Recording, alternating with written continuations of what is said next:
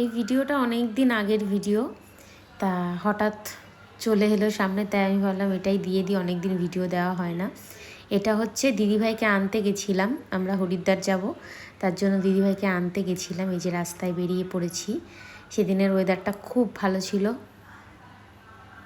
যেতে না যেতেই আমার বড়বাবুর আবার খিদে পেয়ে গেল, উনি খেতেই বসে পড়লো ডাইরেক্ট। তা যাই হোক, খাওয়া দাওয়া করতে বসে গেছে। আইটেমের মধ্যে ছিল শাক ভাজা, এবার এটা কী শাক ভুলে গেছি। শুটকি মাছ ছিল, শুটকি মাছ কারা কারা খাও কমেন্টে আমাকে জানাবে।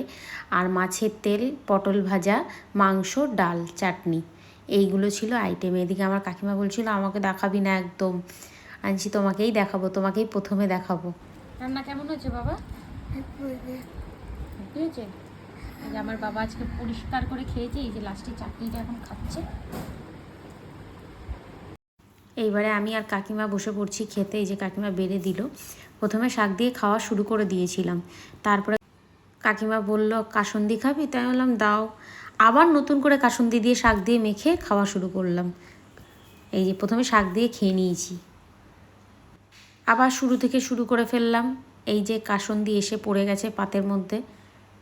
বাড়িতে তো নিজে রেঁধে খাই, কোথাও গেলে যখন কেউ রান্না করে সাজিয়ে গুছিয়ে দেয় না, ও সেই লাগে কি বলবো, তখন যা দেয় তাই ভালো লাগে। তা আবার শুরু করে ফেললাম, এই যে শাক দিয়ে মেখে মুখে শুরু করে ফেললাম খাওয়া দাওয়া। খাওয়া কমপ্লিট করে তারপর শুটকি মাছটা নিয়ে নিয়েছি।